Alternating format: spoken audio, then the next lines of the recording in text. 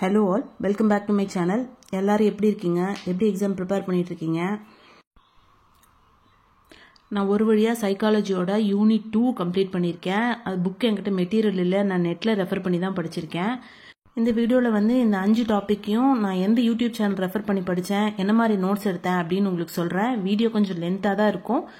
நீங்கள் வந்து playback speed வந்து கொஞ்சம் ஜாஸ்தி வச்சு நீங்கள் ஃபாஸ்ட்டாக பார்த்துக்கோங்க. நான் ஃபஸ்ட்டு வந்து புக்கு வந்ததுக்கப்புறம் தான் படிக்கணும் அப்படின்னு சொல்லிட்டு பிளான் பண்ணியிருந்தேன். ஆனால் வந்து அது ப்ராக்டிக்கலாக பாசிபிள் இல்லை. நான் புக்கு ரிட்டர்ன் ஆச்சு, புக்கு தேடவே எனக்கு ரொம்ப டைம் எடுத்துச்சு. அதனால வந்து நான் யூடியூப் சேனல் பக்கம் போயிட்டேன். அதில் வந்து ஃபஸ்ட்டு நான் பியாஜேவோட காக்னிட்டிவ் டெவலப்மெண்ட் அண்ட் தியரி தான் படித்தேன். மொத்தம் வந்து இந்த யூனிட்ல 5 தியரிஸ் இருக்கு. 5ல் வந்து 4 வந்து ஒரு யூடியூப் சேனலையும், லாஸ்டா இருக்கிற ஒரு தியரி வந்துட்டு ஒரு யூடியூப் சேனலையும் நான் ஃபாலோ பண்ணி படித்தேன்.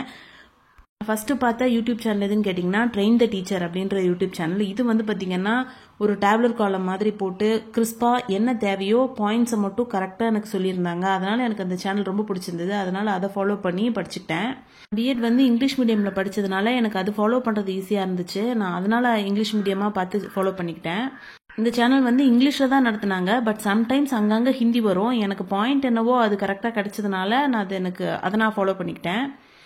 எனக்கு பர்சனலாக ரொம்ப தியரட்டிக்கலாக இல்லாமல் இந்த மாதிரி மைண்ட் மேப் மாதிரி கரெக்டாக கிறிஸ்பாக பாயிண்ட் மட்டும் இருந்தால் எனக்கு அது போதுன்ற மாதிரி ஃபீல் இருக்கும். ஏன்னா நம்ம தியரி எழுத போகிறது இல்லையா, நமக்கு கான்செப்ட் மட்டும் புரிஞ்சால் போதும், அப்ஜெக்டிவ் தானே ஆன்சர் பண்ண போகிறோம். அதனால எனக்கு இது பெட்டராக இருந்துச்சு. அதனால நான் இது ஃபாலோ பண்ணிக்கிட்டேன்.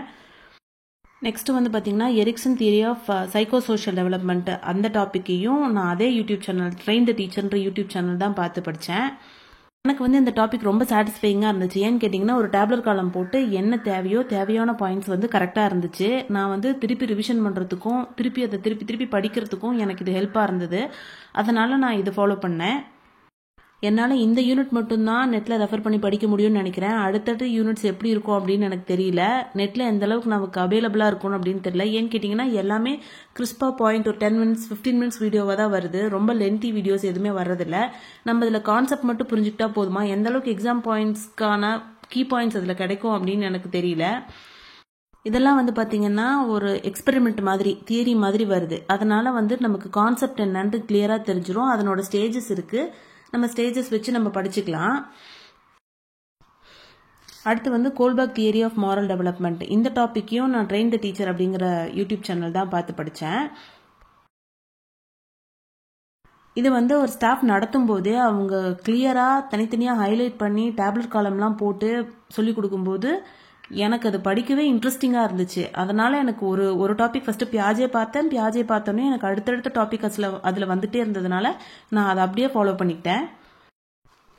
சைக்காலஜி வந்து புக் இல்லாமல் படிக்கிறது ரொம்ப கஷ்டம். இந்த யூனிட் எனக்கு ஈஸியான யூனிட்டாக ஃபீல் ஆச்சு. அதனால நான் இதை நெட்டை ரெஃபர் பண்ணி படித்தேன். அடுத்தடுத்த யூனிட்ஸ் எல்லாம் போகும்போது கண்டிப்பாக எனக்கு புக் இருக்கணும் அப்படின்னு நான் ஃபீல் பண்ணுறேன். டாபிக் வந்து வைகாட்சி சோஷியல் கல்ச்சர் தியரி தான். இது வந்து பார்த்தீங்கன்னா யாரும் நடத்தலை, ஒரு டேப்லெட் காலமே போட்டு அதை வந்துட்டு பாயிண்டாக சொல்லலை, ஒரு ஸ்லைடு மாதிரி ஓடிச்சு. அதை பார்த்து தான் நான் நோட்ஸ் எடுத்தேன்.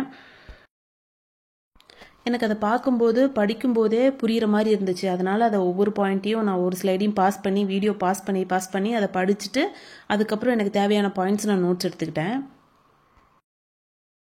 நான் நிறைய யூடியூப் சேனல்ஸ் பார்த்ததில் வந்து பார்த்தீங்கன்னா எல்லாமே கான்செப்டை மட்டும் ஒரு 5 மினிட்ஸ் வீடியோ ஒரு ஷார்ட்ஸில் அந்த மாதிரி எனக்கு இருந்துச்சு. அதெல்லாம் எனக்கு சாட்டிஸ்ஃபைடாக இல்லை. அதனால தான் நான் இந்த சேனல் ஃபாலோ பண்ணேன். நான் சொல்கிற சேனல்ஸ் எல்லாமே எனக்கு பர்சனலாக சாட்டிஸ்ஃபைடாக இருந்ததுனால நான் ஃபாலோ பண்ணேன். புக் இல்லாதவங்க, இல்லை உங்களுக்கு எந்த மாதிரி சேனல்ஸ் பிடிக்குது, இல்லை உங்களுக்கு எந்த மாதிரி கான்செப்ட் அண்டர்ஸ்டாண்டிங்காக ஏதாவது ஒரு சேனல் நடத்துனாங்கன்னா நீங்கள் அதை கூட தாராளமாக ஃபாலோ பண்ணலாம். நான் என்னோட சஜஷன் சொல்கிறேன். உங்களுக்கு விருப்பம் இருந்தால் அதை நீங்கள் ஃபாலோ பண்ணி பாருங்கள்.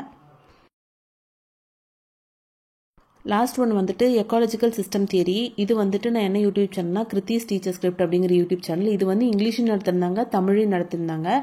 எனக்கு இது பிடிச்சது, அதனால் நான் அதை ஃபாலோ பண்ணேன். ஒரு வழியாக யூனிட் 2 நான் புக் இல்லாமல் கம்ப்ளீட் பண்ணிட்டேன். புக்கோ மெட்டீரியலோ இல்லாமல் படிக்கிறது ஒரு பேட் ஐடியா. அதை நான் சஜஸ்ட் பண்ணவே மாட்டேன். நீங்கள் அதை எடுத்துக்காதீங்க. இந்த வீடியோ பிடிச்சிருந்தா லைக் பண்ணி வச்சுக்கோங்க. அடுத்தடுத்த வீடியோஸ்க்கு சப்ஸ்கிரைப் பண்ணி வச்சுக்கோங்க. நெக்ஸ்ட் வீடியோவில் பார்க்கலாம். பை.